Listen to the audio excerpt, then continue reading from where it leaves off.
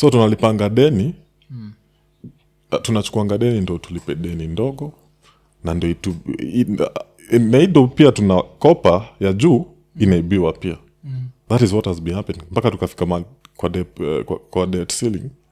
Hatuwezi borrow more than that until we prove we have the means to pay it. Ndio wanda kulikuwa nayo finance bill. Yes, to prove to the IMF. Yeah. But tukakata. Now we are fucked. Yeah. So una nini ndio happen? J finance bill, what's Mbadi going to do? He's going to do nothing. Hiyo mdomo tu amekuwa kirush. There is nothing he can do. We are already wangeingia kitu 2010 maybe with the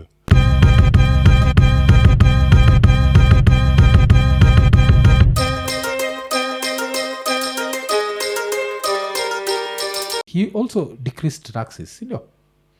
Decreased taxes bila ingia. Yeah. Senegal taxes. Because hata nakumbuka akisema why should I be received by government officials every time I'm traveling. Atona nisi off alafu nikirudi. Unajua pia unaweza shangaa like when do they have time to actually do their own businesses? But they kwa gava kuna kitu wanafanyanga wase. Ukienda umeacha whole CS kwa airport. Watu wame line up. Ukirudi first thing he did kwanza aliambia mimi sitaki kuwaona hapa. I know where I'm going. There's an airport. You're not even going to see him mtakuwa mnafly on ndege. Wait, so what happens ni hawa wana flying mbele yake hadi kumreceive huko? Kenya tuko tunasema vile like vile unajua kama nani you expect to see Rigathi Kindiki at the airport seeing him off. Oh, ameenda and then akirudi wanamgoja haya tumeenda umetupata hapa, so it's like stroking his ego. What is bullshit? Yeah. So and I'm sure even when a CS is flying unapata maybe hata PS wake yako hapo sijui nani alisema I don't want to see this nonsense. That makes sense. Unaweza pata hata there's a huge budget for that. The same thing na nani anaitwa pia Magufuli was like that. Yes. Magufuli alisema geu jinga ishe, but hata vile umebonga jia EVs electric cars, kuna history ati Samsung ina create a 600 mile solid state battery. So solid state aina revolving parts so itakuwa a lithium ion. Alafu the interesting thing ni itakuwa ikicharge 9 minutes ina charge unaweza go for 600 miles after charge ya 9 minutes. Hiyo ni gari? Yes, hiyo ni gari. But ina go back to ile kitu nilikuwa nabonga juu yake. Cobalt. When you look at hata si sorry na cobalt, when you look at African leadership, yes, they'd rather have a population that's praying than majuzi kuna video kwena go around uliona ile watu hiyo akifix engine ya Toyota uliona?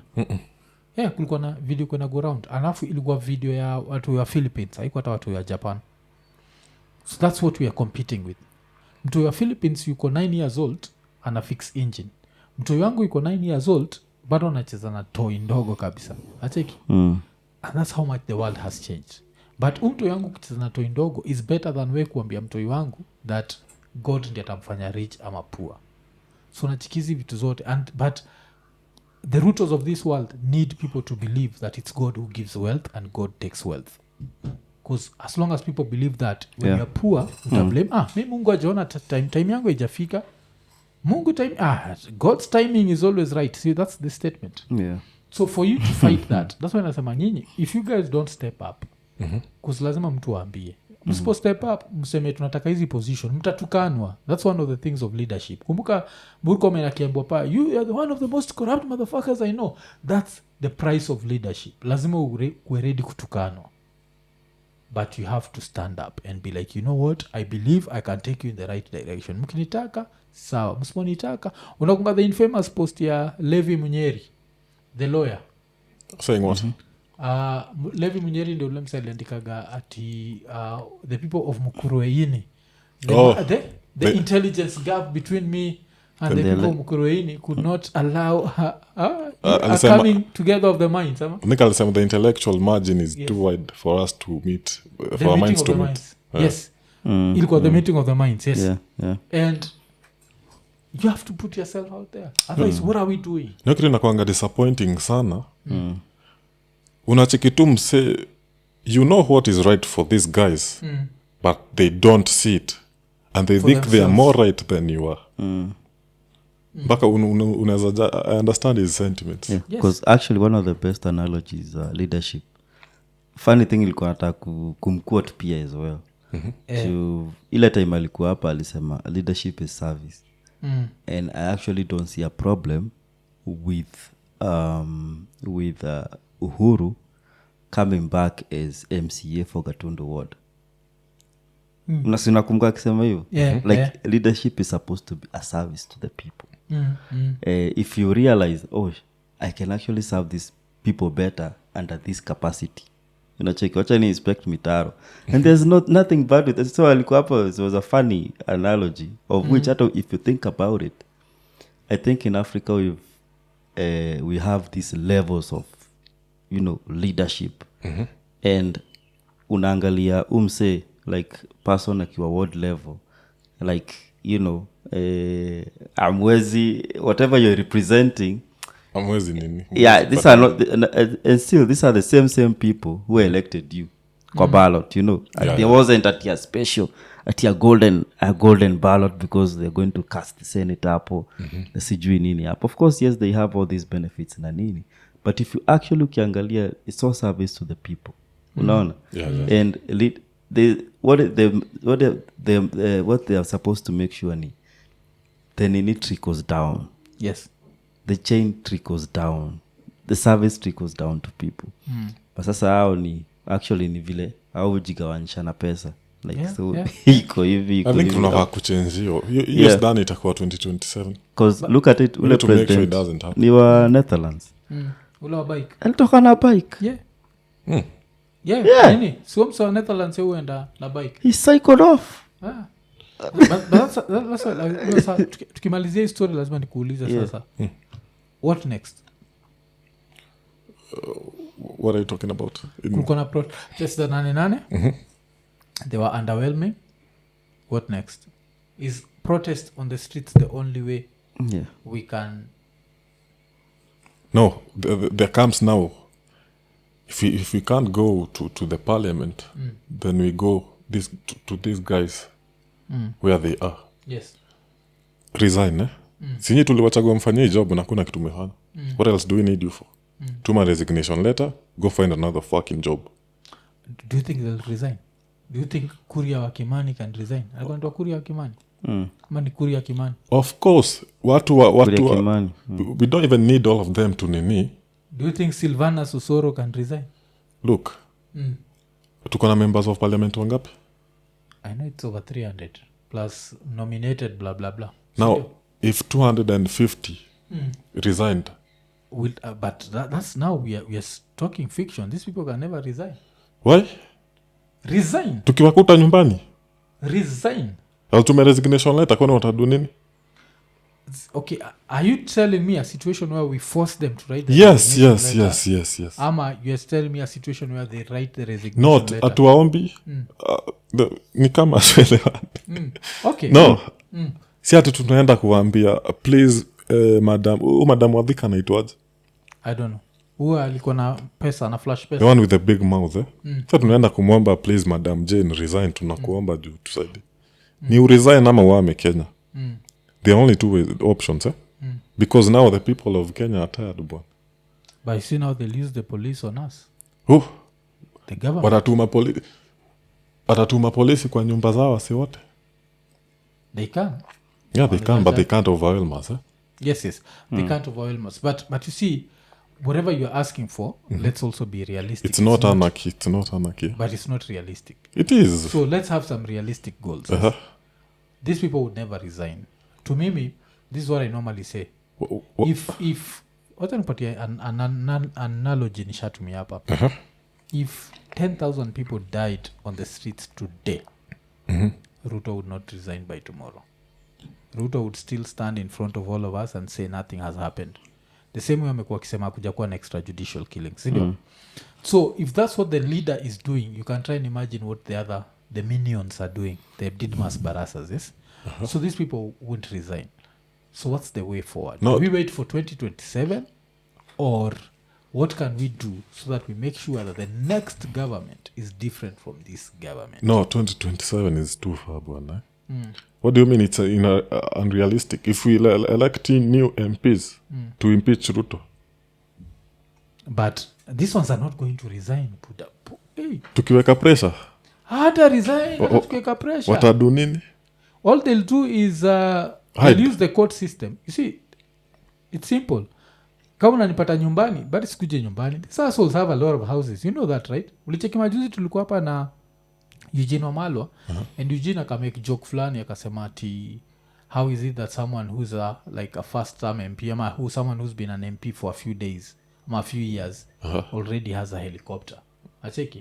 So if you're talking about people like Didmas having helicopters, you think he has one house and you can't occupy all his houses. Alafu don't forget the average Kenyan voter is not a bright person. So huko Ocha they are protected. On ground ukipatia wasee unga moja hakuna kitu na occupy. No. So let's be realistic. Hakuna hivyo watiocha sahii nini. When do you post juu ya Nambale? Look, mimi nimeongea na wasee wakoocha kadhaa. They are telling me hizo vitu zote meona zikiekwa kwa social media sijui wasee waocha wana embrace. Ati wanamkari. All these guys are paid. In fact, I think kuna wengine hawakulipwa pale sijui kaa ni Nyandarua ama wapi. So they stormed the police station kuuliza sisi tulisimama kusikiza huu jamaa kwa nini mjatulipa pesa mlituambia. Yeah. So it's not like these guys are welcoming these fellas. But tukisha send hiyo message huko kote. You know, this is a revolution mwafe. Si ati tunabembelezana.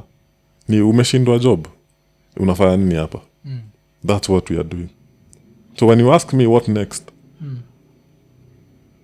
could be tomorrow. Yes. Tunaweza amua, we just need to send the message as a youth wa Kasarani, youth wa Karen, youth wa Kileleshwa, youth wa Umoja. Hizo ni zote. Youth wa Kirinyaga na Naivasha. When we all decide and speak as a voice, there's nothing they can do. And that's why we need a political party. To do what? Because sasa tukishatoa saa let's say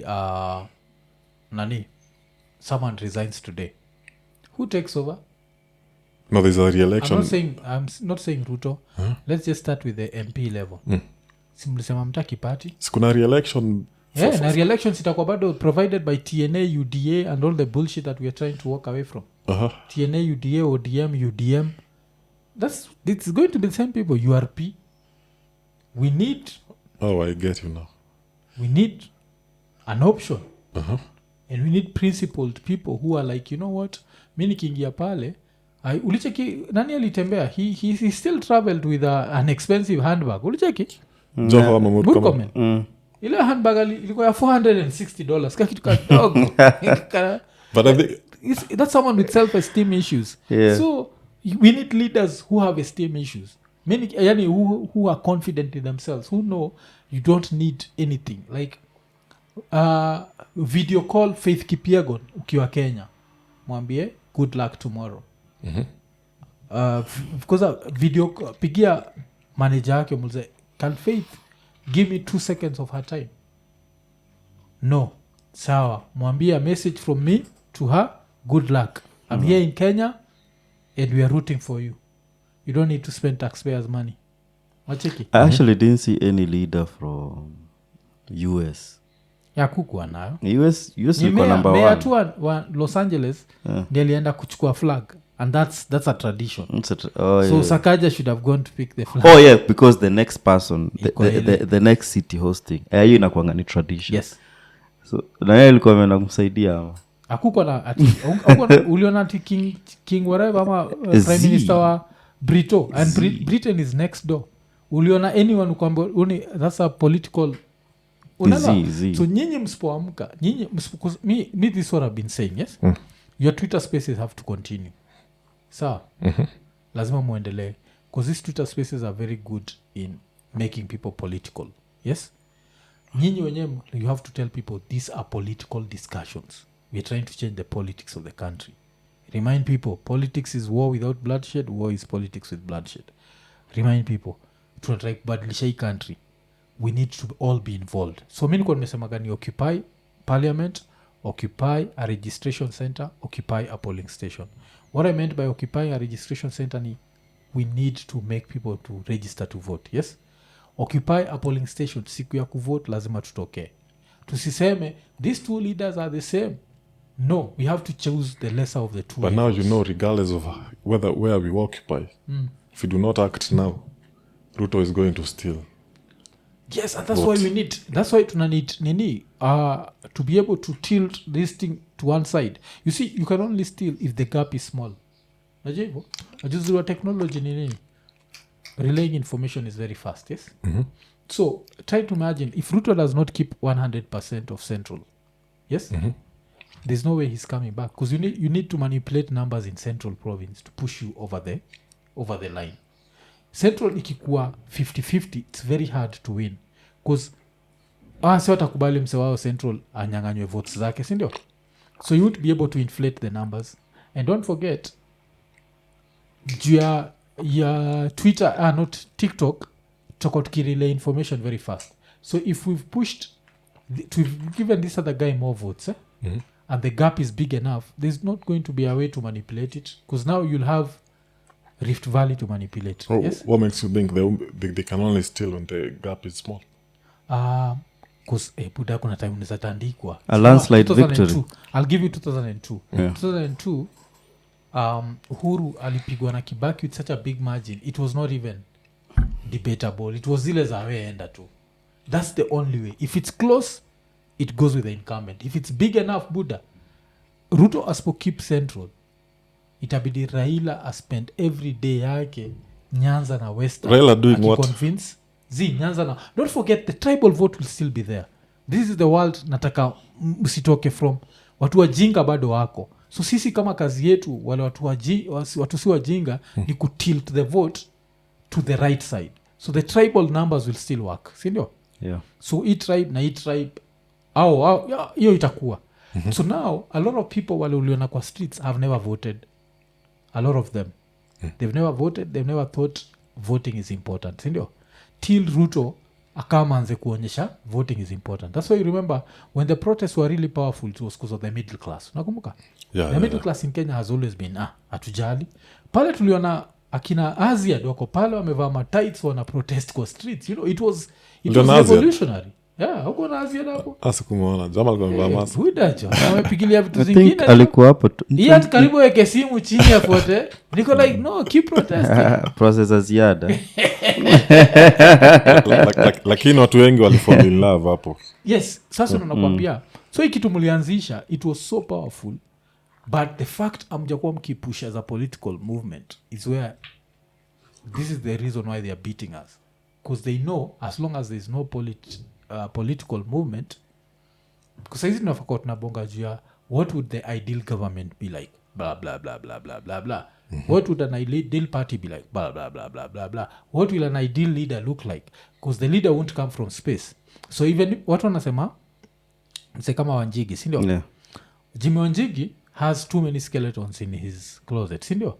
But since Ruto pia kuna skeletons, mkiamua ni Jimmy, lazima mwamue ni Jimmy na you have to stop being super whatever ile kwe. Since huyo kuna tukiamua ni Eugene Wamalwa ama mwamue ni Kalonzo ama mwamue ni Matakarua, you have to know, we'll still have to choose from one of these people.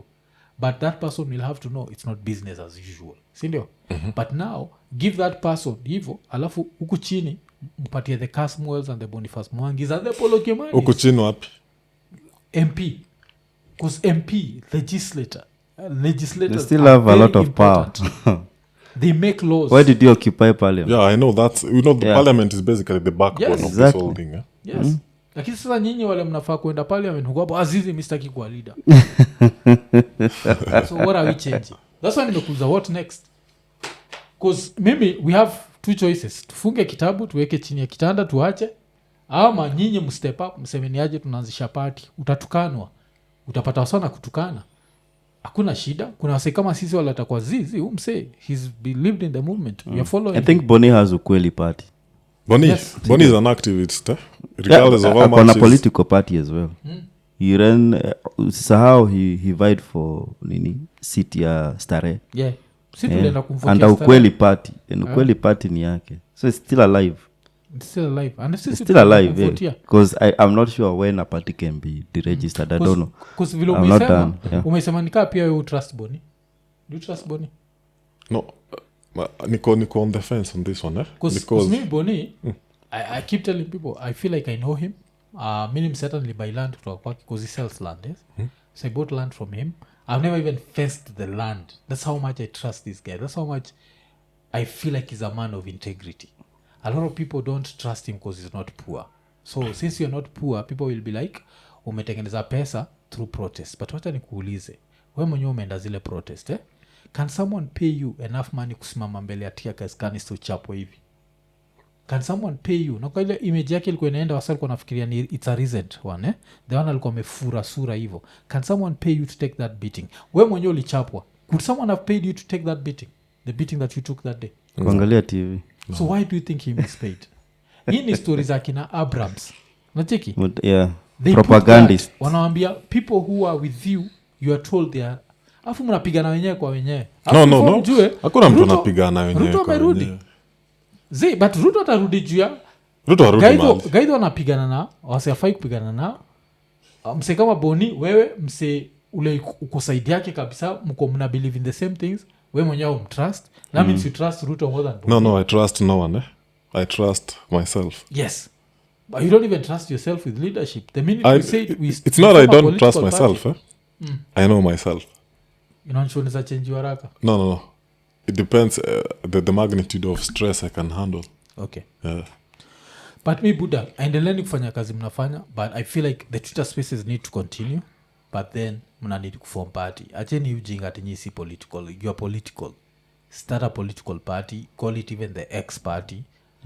Let's then mimi nitakuwa ama space party. Mimi nitakuwa campaignia. Mimi nisha take sides. Mimi niko na ile raha ya space. Mimi niko na ile raha ya go that 10. Yeah. Ama anguka nayo but whatever. Cause yes, vile unasema. Kankuwa nao tapelekwa koti. No, I'm just saying. Sisemi ati they keep it simple. Gen Z yeah. ama X. Yeah. Mkoka X mostly. But I think Gen Z would be better. Because people, unajua wa Kenya, Orange Democratic Party lianza literally na orange. Unajua hivyo 2005. Very young by then. It was called for a referendum. Yeah. 2005, yes. Yeah. There was the banana and the orange. Tafani kwa primo. Yes. Yeah. But unakungelikuwa orange. It was literally an orange party na banana. But I'll say Gio ODM ikaran wakaona it's something very simple too. The same way Gen Z, I think inafaa tu kuitwa the Gen Z party. Alafu kutakuwa na watu who are not Gen Zs akina Americs. They'll be there, they are not Gen Zs, sindio? But we are starting something. No, it doesn't matter. We start moving, but as long as you people don't think this is political, we are wasting time. Let's just be honest. Regardless of what we think, do we still want change or not? Yes, Yeah. change will come with politics. It's political change. It's political change. Nobody has denied it's not political, eh?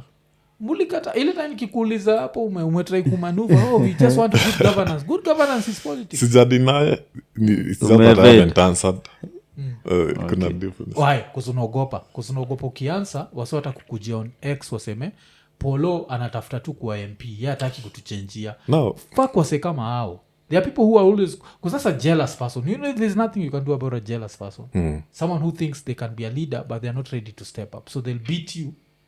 They'll try to beat you down because you've stepped up. And I'm telling you guys, step up. Sisi tuko hapa tunangoja mstep up. Alafu tutawafuata. But it's good you have come up with a solution because majority of the time napatana na wase ni problems tu wanaleta, eh?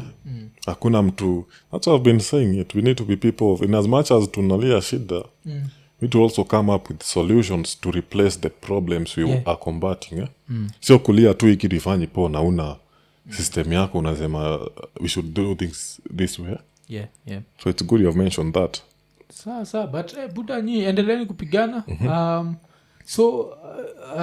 I hope by kupigana na maisha kupigana na serikali si kupigana wenyewe kwa wenyewe. Kujipigania, tuendelee kupigania hii nini. But history ya madistrust pia muone vile mtaipunguza. Alafu let's see where this goes. Alafu you have to know 2027 is kesho. Mnanibamba sana mkisema hiki kitu iko mbali.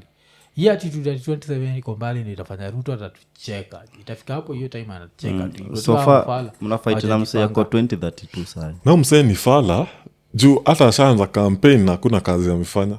Kuza najua government Kenya ni stupid. He's relaunching projects back to back. But yana najua Kenya ni wajinga. No, but now Unafikiri wa Kenya wanajali? it time itakuwa different. I can feel it in my bones. Okay. Acha tu hope tuta debate. Ian, acha tungoje ni September 2027 tutaita Polo Kimani's Bones. Hiyo episode nafaa kuita hivyo. Polo Kimani Bones. Akirudi tutaita bones zako. Hiyo episode nitaita hivyo, nimepromise wase. Because as long as we don't start right now kuambia wase hakuna kitu ita change. But sai gospel imespread everywhere. You know, fire ilianza Twitter but imefika kila mahali. So hata mkitaka kuzima hii gospel tiamweze rudi Twitter peke yake. Jumoto isha spread. Okay. To every other place. Wase sai nyumbani ni kulecture madhe, wacha kusema hivyo, even ndivyo kuko because of this and this and this and this. And when you look at it, ukigoogle sai utaona I think 82% of Kenyans literacy rate iko hapo.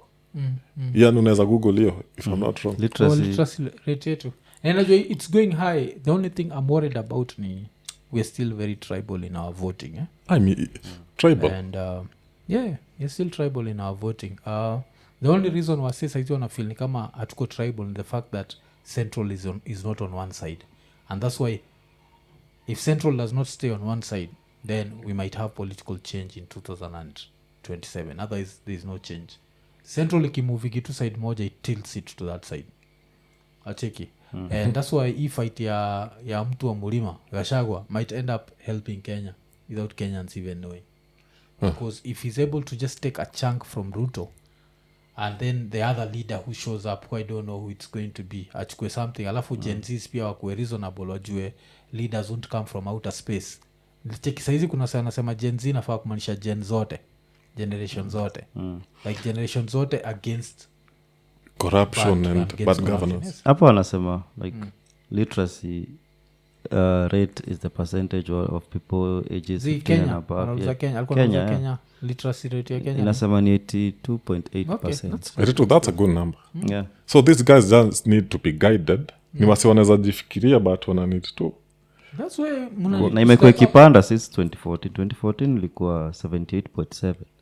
So ni kumaanisha maybe so 92 ilikuwa low cause ilikuwa hiyo siku za sisi time zetu kwenda shule ilikuwa kabla Kibaki I think ilikuwa lower cause Kibaki free education. Yeah. But Buddha nini asante Jo kwa kutokea. All right.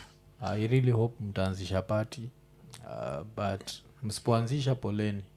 Tutajaribu. I was hoping hata ungeniuliza nimefika wapi story ya minerals zimekuwa zikiibua.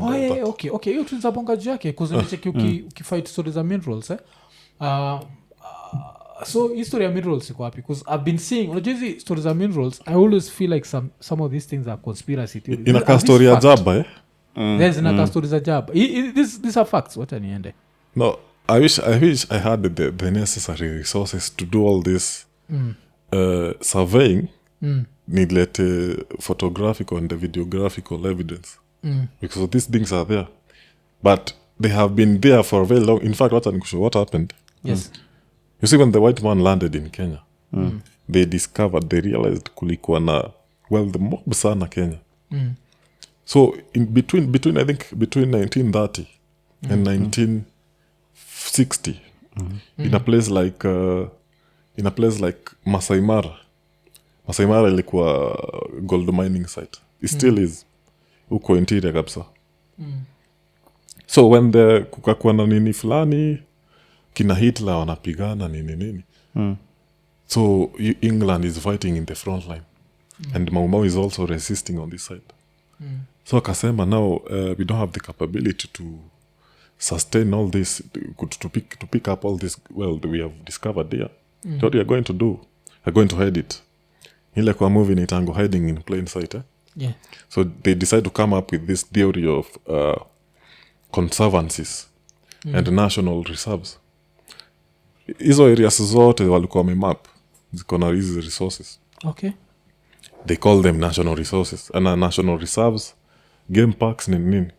So wakaanza na Masai Mara, kuna Savo, kuna Savo East na Savo West, kuna hizi national reserve zingine mnaona tu walami huko Laikipia. Hizo vast land kumbe unapata msee ako na acres sijui 48,000, mwingine ako na 96,000 acres. Ati amelis yani mtu analis tu shamba ika hivyo, hata tujiulizi maswali. Why do you think they are doing that? Okay. Because these areas have so much minerals. Na wanalipanga sijui leasing fees sijui kani 300,000 per 10 acres. Do you think a mzungu would just be sitting on land like that doing nothing with it? No, they wouldn't, sindio? Yeah. So in a place like Masai Mara, wameongeza lease hizo visiting fee. Why would they do that? In such a manner that ni mzungu tu ndiye atafika hiyo level from 9,000 to 26,000. Why? It's because they don't want wanataka kureduce kuwa na minimum movement in the park, so that they can be doing things with much freedom without any notice. Why do you think they are hiring Adani? Adani ichukue 30% of JKIA. Adani hata ukiangalia nini yao, track record yao, corruption tu, kusafirisha vitu unnoticed. In fact hata unaweza google hapo Adani Enterprises, utaona job yao wanafanyanga ni mining. Adani Enterprise. Ukipitia tu portfolio yao, mining, sijui you have been mining coal in India, kumekuwa na hizo minerals zote. That's what they do. What do you think they want 30% of JKIA? They want their own runway. They want their own stuff. Because they want to have unmanaged export of these minerals they are coming for now. Sasa ni full time. Si ile Chinese wana sneaking huku, wanaenda Migori wanachukua gold, wanaeka kwa mchanga, wana export hiyo salt. Buda Jose unanishtua jo. It is headquartered at Ahmedabad, primarily involved in mining and trading of coal and iron ore. Adani. Yeah. Through its various subsidiaries, it also has businesses interest in airport operations, so that's edible oils, roads, whatever. So that's why the government is fighting for them hivi, because government pia inataka tu kukula. Yes. Ruto, mseka Ruto, he has I think 25,000 acres in a place called Lolgorian in Narok. It is manned by RDUs, rapid deployment units. Hao ndio wanalinda hiyo shamba, wanalinda hizo mines. Nadhani wanalinda nini? Niaje, huu ni Rapcha the Scientist hapa hivi live and director. Kabla show iendelee, remember Rowan and Cut 3, Rapcha the Scientist, Rowan and Cut 3 sai iko live pale hivi IKONINI.LIVE. Ingia pale ni only 500 shillings. Wow, kusunaja nilicheki post ya umse alikuwa ameandika the Chinese are mining gold in Kenya while pretending to be doing construction work. They do not pay any tax. The artisanal miners are paid pennies. The only people who eat something tangible are corrupt government officials. This is what my ground source from Vihiga tells me. We are losing billions every day. Kuibiwa. Najua. So that is just Vihiga. When I saw this nikafikiria najua saa zingine ukichapa na gava you also have to have some propaganda kufanya wasewa ni kumbe ikitu, but now vile umesema juu Adani it makes a lot of sense because Adani, I've been wondering why we'd want to deal with a company like hii company imejulikana like it's corrupt. It's nini, ulisema ni country gani? Ulisema itakuwa Australia wali release statement ile wakisema like this country ni corrupt, ni what no the group yeah. We are still dealing with them. Why? Because it makes sense vile unasema, because hapa nimeona subsidiaries zao they deal with oil. They also deal with these airports, mining, roads, and rail.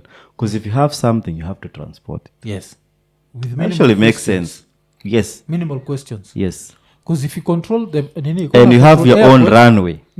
If you're controlling an airport you have free access. But pia na go back to like nilikuwa nasema. You see, when people feel like African leaders can never be for the people, it comes back to the same thing. How much is enough?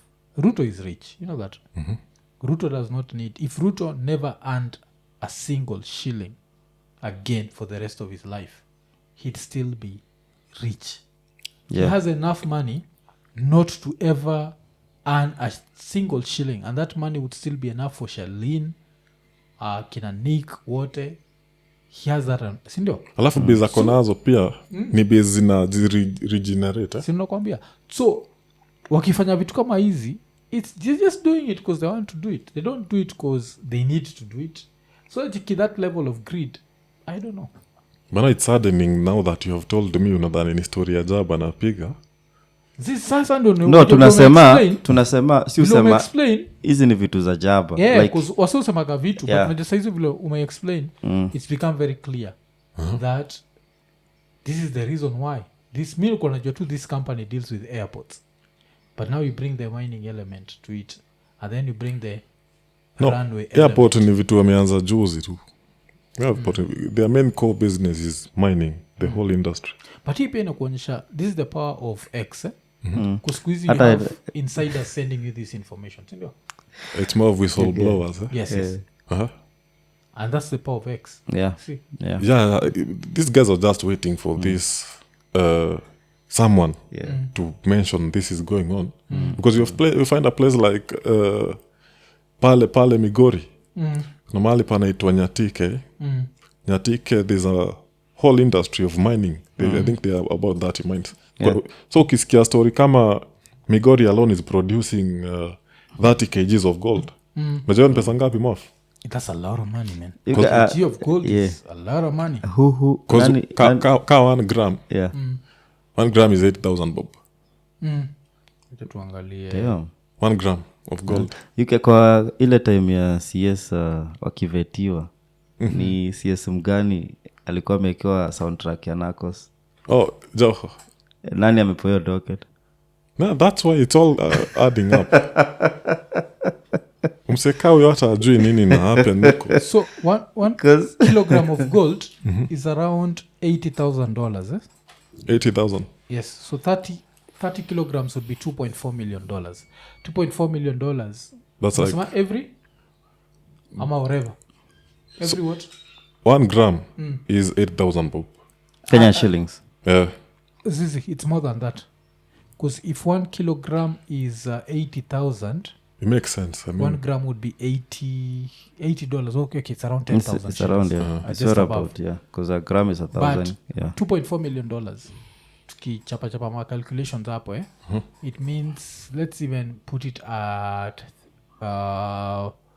how much 2.4 that's 300 million shillings can change a lot of lives in Migori definitely I check it so I don't know I don't know me that's what nakwambia sometimes I don't understand the politicians because another thing is why are you even selling gold because gold should be used to back up shilingi exactly they don't care to back up shilingi yetu but these people don't even know that shilingi kianguka hiyo property yako inaanguka nayo shilingi inaanguka na they're holding most of their property in shillings so they need the shilling to stay strong but they never see these things I don't know I don't know yani Buddha like e country every time you think you're not going to get angry but now every day you wake up to some new bullshit and you know the worst thing is recession is coming tumeshindwa kujisustain kulipa deni yetu so one thing hiyo niko nakwambia odious debt tuwezi sema ni odious debt so ni defaulting defaulting means our currency tutaenda the Zimbabwe anyway kusata nini ya nini ilianguka ya Nigeria kuzi ya Nigeria now this is what happened like ya Nigeria magana pia Ghana wali default cause inakuanga 11 if I'm not wrong sindio yes 1 k shilling to naira for a very long time 1 Kenyan shilling to 1 naira ilikuwa 3.5 shillings right now 1 Kenyan shilling ni 12.3 naira what the fuck achiki so ilianguka alafu ati vitu zimebaki the same price so vitu zimeshoot up ni magari kusujua hizo uendaga nini but sasa wasona they are dealing with a very weak whatever so kwa unapeiwa ati huko in foreign currencies unaishi maisha mzuri sana but kwa if you are paid in Kenyan shillings hiyo itakuwa noma sasa so itabidi bank wataanza wase wawezi enda withdraw hakutakuwa na transactions kwanza wezi withdraw do to a certain amount because utamalizia wengine from that they decide kama waanze kuchuna deposit zenu kwa bank na kwa M-Pesa basaka ni odious debt there is no way kunini ndio shilingi sianguke ama sasa tukideclare odious that's even worse for the shilling No, we cannot declare odious because the current regime and the past one are intertwined. Juu mse aliko kwa igava ingine, so nyi wote mlibenefit. What do you mean ilitumika na wale so wengine? Does it mean pia wewe ulitumia? So kuna hiyo nakunda kuwa na hiyo conflict. So what happens is, what has been happening, tumekuwa tukikopa tulipe deni hii ndogo iko hapa chini, na tupatie na tulipe hao wase wengine. Well, you know, the government stuff. I mean, we spend 43% of our tax to pay staffs and public servants. Najua. Overpaid leaders and then very underpaid. And public servants. Underpaid public servants, yes. So tunalipanga deni, tunachukuanga deni ndo tulipe deni ndogo, na ndo naido pia tunakopa ya juu inaibiwa pia. That is what has been happening. Mpaka tukafika kwa debt ceiling. Hatuwezi borrow more than that until we prove we have the means to pay it. Ndio wana kulikuwa nayo finance bill. Yes, to prove to the IMF. Yeah. But tukakata. Now we are fucked. Yeah. So, una nini ndio happen? J finance bill, what's Mbadi going to do? He's going to do nothing. Hiyo mdomo tu amekuwa kirush. There is nothing he can do. We are already wangeingia kitu 2010 maybe we'd have done something. Because hata the tunalipa sahi, some of it is still from I think 1990s huko. Jaimalizi. But now see most of this money is in individual pockets. Yes. That means we can recover it. We can still save the country. Who's going to recover it? No, I'm just saying that given the right nini, we can recover it, yes? Given the right leader, we can recover. But now the question would be, nyi mkiwa X, kuna watu wanasema mna sanitize GB1 Jigi. So, if we were to put that name aside, do you think Jimmy would be able to save us? Jimmy... I'm just asking. Vile nisema, no politician is 100% whatever. So, just give an honest answer. Usinipatie answer nataka kusikia. I don't want to endorse him. I'm also not saying he's not, because he clearly understands how the whole industry works. I mean, we'd use him. Yes. But to what end? Mpaka wapi? Ndio pia kichwa isifure. Anze kuno atoe ile kadi yake iko nyuma ya mfuko. But for me, he's a good guy. Not good as in, I mean, he has skeletons in his closet. Yes.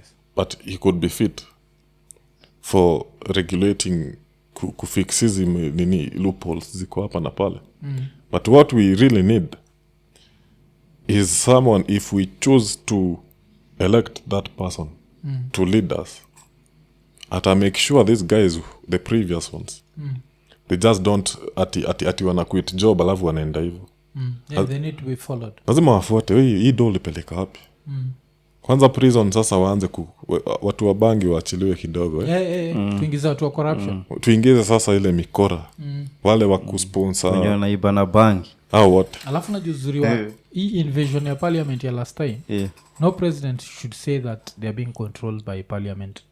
Because all the president afa kudu ni leo mnaenda kudebate my impeachment. Why? Because we are fighting corruption. You siku let the Kenyans come and occupy parliament. Rajay, you can save yourself. If you're on the side of the people, you don't need the MPs. The MPs need you. Ama? Yeah. Because this, how jitetea, they can do nothing because they need the MPs. No. Start going after these people. You come into power as a president. Start going after these people and let the people. Nambia tu waseni aje. Tuko na hii deni. There are few individuals hapa. They have 200 billion shillings. Ile imefichwa pahali. Hii 200 billion tunaweza lipa nayo hii deni. But nikitaka kuwa nini, watanunua parliament. Mmemuaje? Occupy parliament. Polisi, protect the protesters. Wale hakuna mtata. Kuzucheki vile ule na vile Ishongo aliingia kwa tunnel mbio. Waliingia huko wote. Ni kama rats. Mtu waliacha ni ule anakuanga kwa wheelchair. Mazi hata hawakumbeba. Hata hawakumbeba. Ilikuwa noma sana. Ilikuwa noma. But hiyo story ya kutombeba, kuna story tulibonga na Ian on the previous podcast, ilikuwa juu ya madhali ya chamtoi wake. Uliona hiyo story? Ulimwacha wapi? South Africa. Like kuna msali alikuwa executed kwa petrol station. Executed? Yeah. Mother akashtuka kacha mtoi. So you are debating about that. Like, was the mother wrong ama fear can make you do things you don't take want frights alikuwa prosecuted aje kupigwa ridhia no to do. Hata ni nikuonyeshe jo. ni violence Nini? tu. Executed. Nilikuwa nasema Executed in the prosecuted. streets. Kwa nasema executed. ni level of crime in SA like vile zimeescalate siku hizi execute as in no alikuwa Ona jo. oh You can watch the video. So tuko tunabonga juu ya akaachaka kamtoi yeah. unajua wamama tu ni wamama jo Hata mkama baba ungehepa tu. ama hata si mtoi wake amna wezi jua Kuna watu wamedebate kani mtoi wake. Kuna watu wamedebate kani mtoi wake. unazapata The hata kid ran after her. So most probably mtoi ni wake pia. unazapata ni mbocha alikuwa amemtoa shule akasikia risasi kabla hata akumbuke alikuwa na mtoi But isi jo ni tofauti jo. Unajua? sasa kuna crime yao ni a little bit higher than ours Jo, yeah. because yao si ya visu mostly ni ya Yeah. ni magang Na umekuwa ukichekio nini vile wamekuwa kiletana juu ya Miss South Africa ulikuwa nafuatilia niko nafuatilia only for them wanakata huyu mdem Nigeria alikuwa half wakapatika mzungu you know what happens I say bado in as much as they don't want to accept it they are still colonized yeah. because even the wazungus own majority of the vast lands Yes. in South Africa and they are living the good life more than the indigenous South Africans so in as much as they don't want to accept it the wazungus run this shit and until a time I think hata wako na population big kidogo sindio wako na walami wa huko ese so they don't want to accept it but the typical African man I think sijui tulikuwa program adje we are so hostile to the fellow African man yes. but we are friendly to the mzungu na yende utuangamiza I think that is what happened to when Christopher Columbus sijui alifikanga wapi and then he discovered there was gold he asks himself why this guy is so friendly are they not defending themselves why do they find me so kuona mzungu for the first time yeah. so the typical African man Kenyan man hata mimi kitambo wazungu walikuwa na ni amuse hata mimi Niko na katu hivi. kila mtu jo ndio mkumbushaga sema Afrika free from the white man's bullshit niko naona tu hivi mzungu mazee namwangalia sometimes I still do it yeah. I don't know what happened but we need to remove that seed that I was planted to eat and understand that the mzungu is worse than we presume the fellow African man to be. The mzungu is the danger hata ndio nimekam kuunderstand yeah. imekuwa juu asa vitu hata unacheki kwa hizi nitoaje hizi conservancies ati wanapea ndovu maziwa ati watu wanapea watu wa ndovu maziwa nilichekio sasa vitu ufanya wanaenda wanaua maadhi wa hizi ndovu wanachukua kamtoi wanazikimbizanga na chopa kuzinilisikia wewe uko umeandika hiyo story ati ndovu waga zina adopt watoi kuna mtu alikuwa ameandika hiyo story ati ndovu ndovu kwa communal yes. zinaishi na community like in a clan so madhi akidedi hii ndovu itachukua tu mtoi wake iendelee kumfeed kama ni wake as they move on with the life okay. so ukisema ati mnachukua watoi wa ndovu ati mnazipea maziwa and they are like 30 calves in a certain conservancy you know a lot of questions need to be asked yes. where did all these mothers go mliwa mama yao mkauza task ama nini is happening how does this whole funding thing works because unajua wanakuanga na pia hizi what's it called groups za hunters and the bigger the kill the more the points ni kama fantasy whatever sidani Kenya kuna hiyo I think iko tu TZ trophy hunting or something yeah. iko tu TZ Kenya ni now where do the mothers go that's the question now needs to be asked jumtoia zikuwa tu ndovu ni ngumu sana kupata inatembea peke yake hivyo na mtoi wazi inatembea I think in a clan so what they do wanazikimbiza na chopa wakizidisperse either wanadunga ile ndovu tranquilizer wanainyaganya mtoi wanabeba wanaeka kwa Land Cruiser wanileta kwa conservancy wanasema sijui orphaned calves and all that bullshit mzungu ameacha nini zake huko kwao wanakaa kutuvunza mambo ya ndovu na tumekuwa tukiishi nazo huko for a very long time yes now they are coming, they want to tell us how to live with elephants. You see, there's a lot of bullshit going on. The mzungu is not our friend. Yeah, yo mujua. And neither the Chinese. We need to come together to maze. Tuelewe sisi ni sisi. All of the external factors, they need something from us. Ndio wa Chinese wako na nini, wako na guts za kukuja huku kutuchapa kaa toi. Ndio. Huko ameandikwa na Mchinese anachukua tu kijiti anaanza kutandika kama mtoi. Cause anajua the politicians wetu ni wajinga design. Ajali, I don't know how chukuaga. I think I also blame kuna wase unyenyekia kwa job mpaka unaona nini umsiana tu. Ama ni kwani ulilala njaa bro, nini unanyenyekea hivyo? So wa Chinese wakiona hivyo, they know hata nikikuchapa utarudi tu hapa. Huwezi kunja ngumi because you need my employment. But inakuanga ngumu sana. That's why I thank the Luo community. Unajua Waluo hawezi tikia kupigwa. Waluo kuwa roho juu sana. It's debatable, but na understand kilo na maanisha badi. I think I've seen 2 videos. Wao jamaa walilimu mbaya sana. Wakijaribu ati unanichapa juu ya job. Yeah, mimi nitakulima bana wewe ishia.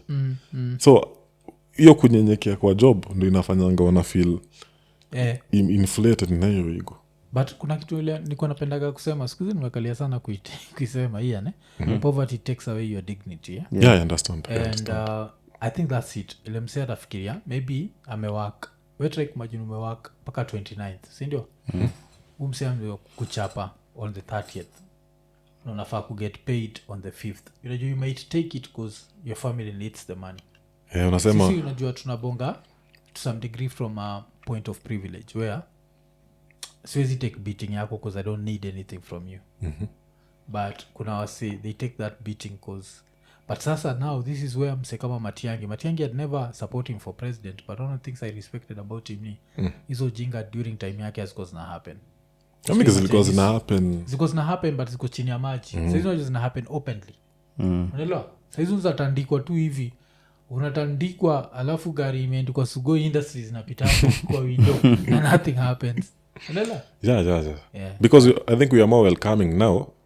Because hata Matiangi nakumbuka alisema hii gava iko in bed with all these investors. Unajua wase wanakamingi huku hata bila visa. And they just live like they were never. Iwezi prove wase walikuwa na mine gold hapa Migori. Yeah. They just come and live. The same thing they were doing. Pale kuna mahali panaitwa Malindi Marine Park and Watamu Marine Park. Pale kuna mineral inaitwa silica sand. Silica sand contains about 96% of silica. So silica ndio inatumika kutengeneza glasses and maybe some semiconductors like microchips. Sasa wamekuwa tu wakikami hivi wana land, wanaenda pale wanaeka mchanga kwa container, wanabeba. You'll never prove they were here. Yeah. Because hakuna visa, hakuna ni requirements that come. I think tumepewa say wako na ngozi ya white privilege mob sana. Maka wanajisikia like they own us. And there's that say. Sijui nani alibeba. There's a time mepeleka wase coast. And one of the wamamas akaeka mchanga kwa chupa. Unajua kutoka nayo pale SGR. Mchanga? Yeah, mchanga. Ebu try. Ile tia coast useme, si unajua kuna nyo utumia kurab nayo. Ni kama wanaitumia kama face scrub. Akasema, wacha niende ni. Alika tuko chupa ya maji. Just sand. Unajua hiyo sand na silica sand inafanana hivyo. Akaambiwa like kitu huwezi toka nayo hapa. So I don't know wakaambiwa ati sasa this under the whatever heritage za nini. But nilishangaa sand. It's bullshit. Unaweza kamuku discover kuna something. So they want us to find out. But hiyo pia nalikukumbusha hii ni story ya Savo. Kwa Savo mnasema tu ni mining ina happen Savo. Ama hiyo si barabara wanatengeneza. What's happening in Savo? No, that was not in Savo. It was somewhere called Galana in Mombasa. But what happens is huko pia wana divert hiyo river. Wanasema sijui ni sunflower farming or some bullshit. But in Savo West, where Beth Mogo, the cousin to Uhuru Kenyatta, owns a very big factory there for gemstones. Oh, okay. That is what they have. Savo kuna mineral inaitwa Savorite. Savorite. Yeah, okay. Very expensive shit. Ukiangalia tu ka gem kadogo hivi kana about 8,000 USD. Kuna also rubies zile za red. I think Queen Elizabeth has one on her crown. Hiyo ndio alipatiwa na Johnson Muthama. Sijui kama mshazisikia stories zote. But this stories are hapa na party hapa. Mkidhani ati Johnston Muthama Si vitu the tumedig billionaire. from because nowhere. najua guys a billionaire.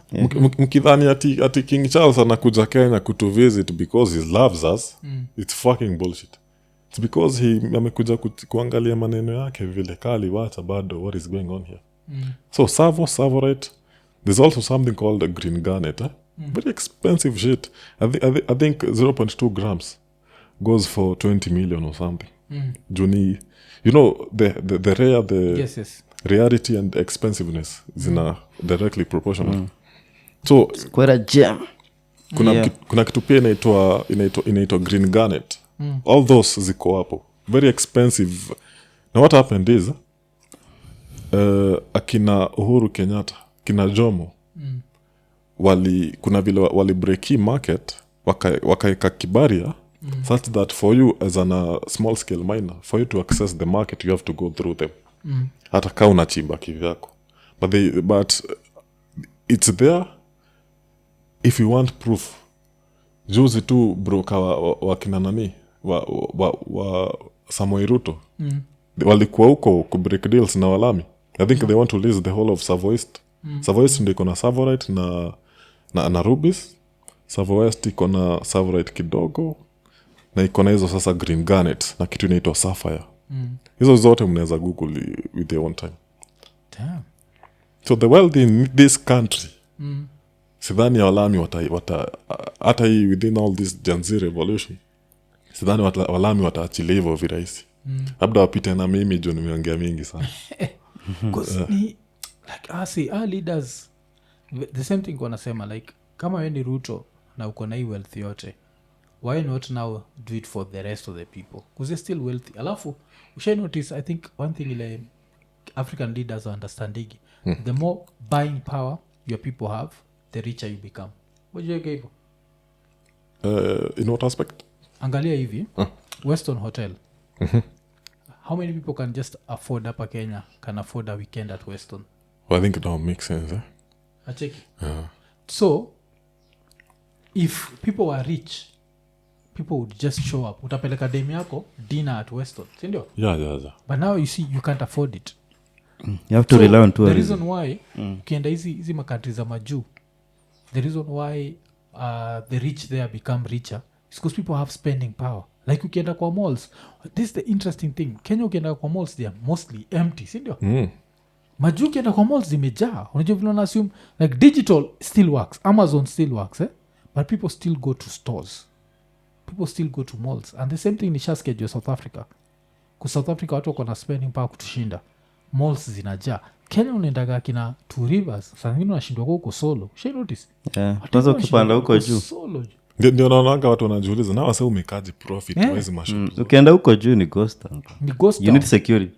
Because hakuna spending power. But saa hizi what happens if asewa inue levels zetu za standards of living, automatically how since they have property, there'll be demand for that property, there'll be demand for hotels, there'll be demand for people eating out, there'll be demand for kila kitu itago high. So if you are rich you become richer. Na unajua ase wanaiba tu do wakienda kuraise ma apartments kila mahali. Nani ataingia hizo apartments? So what will happen? They saturate the market. Yeah. So rent inakuja chini. inakuja chini. Kusa uko na maghost town na shida ya hizo maghost apartments ni bado zinaharibika. Najua they have to be maintained.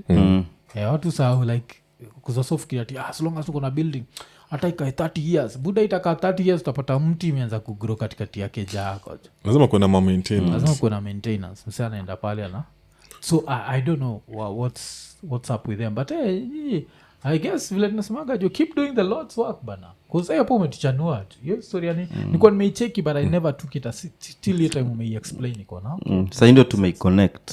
Like But hiyo story ya Dani. sasa kwanza nimeiconnect na hata nani cause hata hii raya nini CS wa mining size is a very questionable character. And we look at it, this guy hapo nimesema Malindi Marine National Park. Na Raila they own mansions there. So it's a political class wametufaka mbaya sana. wametu nini sana jo. But vile umse alikuwa nasema pia follow kama huko Twitter, follow umse yoga za ovyo zingine. Kuna hii moja ulikuwa umetoa ilikuwa kali. Gani? Are you trying to pull the tribal card on me is pretty hard because yes, I have a Kikuyu name but I look Luo and I also speak Luya. Also speak Kikuyu. I also don't wear underwear, so I'm partially Masai. And my girlfriend is Kalenjin. Hapana cheza bwa. So waga na hizo but vile nimesema, I think as long as X end up ukiwa this politically engaged, I think the rest of us will just keep following and to keep Richie story. So kuna nyinyi wale mnataka change before 2027, but I hope you mna understand sisi wale tunangoja 2027. Kwani mnangoja 2027? So mtu encourage because for us kila mtu encourage kila mtu take voters card because kwenye 2027 ni mbali, mi kwangu ni kesho. I feel like it's all right, fair enough. Najua like inakaa mbali but utaona umse tayari asharudi juu ya gari. Also right now we have a harder task because what's going to happen in 2027 coast watata kwa wajinga kufurahia gavaji ya JOHO. No, our say walipewa so tano. I've mentioned this a million times. Our say wana celebrate JOHO. Our say walipewa so tano. Mobilizers wakapewa the tano. Their job was just to come there and pretend they are happy. It's all psychological. Ni wao inachezwa hapo mbaya. So dem aliarestiwa JOHO. What do you think? Mgani? Ujacheki kuna dem fulani litokea. Akasema since JOHO amekuwa confirmed except all sorts of fuckery to happen at Mombasa. Alishikwa. Kuwa ni need for I think the defamation. What happened to freedom of speech? That is illegal. You don't have anything against. So kuna hiyo ujinga wameanza ya nini? Hiyo ni kutishia watu. Mimi huwezi nitishia man. Mimi nikwambia mimi siogopi ati. Najua naanda. Tutanishanda. Na understand. But Buddha Joe, asante sana. Sindio Mr. Ian? Thank you for having me man. Endelea kufanya kazi. Si tuendelea kusukuma na hii side. Inject. Kila mtu ana inject in his own way. Mi nime-inject. Kuna ile moja nisemekana nimelipo. Sijui kwa uliona. Kuna ile time nilikuwa nimefurahia vile nini. But nili admit I was wrong. But when the police commissioner resigned, I was happy. Yes. I was like, damn. Something has happened at least. Watu walintandika wamelipwa ndo nafurahia hiyo jinga. But to be honest, hakuna kitu ilichange. Hakuna kitu ilichange. Because so after all, he wasn't the one making the shots. Ni akina Farouk, huyu pia wa... The one controlling the whole thing. Aka budani hatari mpaka nilimbring up nani akamtetea aje. Licheki. Nani? Nilikuwa hapa na Eugene nikamuuliza juu ya Farouk. Ndio nanika yeye mwenyewe pia amerespect hiyo jina. Hiyo jina Farouk. Okay. But so Buddha, asante. Imekuwa ni episode 342 343. 343. Oh shit, ni 343. Yes. So kama kawaida vile usisemaga like, subscribe, hit the notification button, tell a friend. Tukimalizia 343 tukisema Iko Nini. Iko Nini.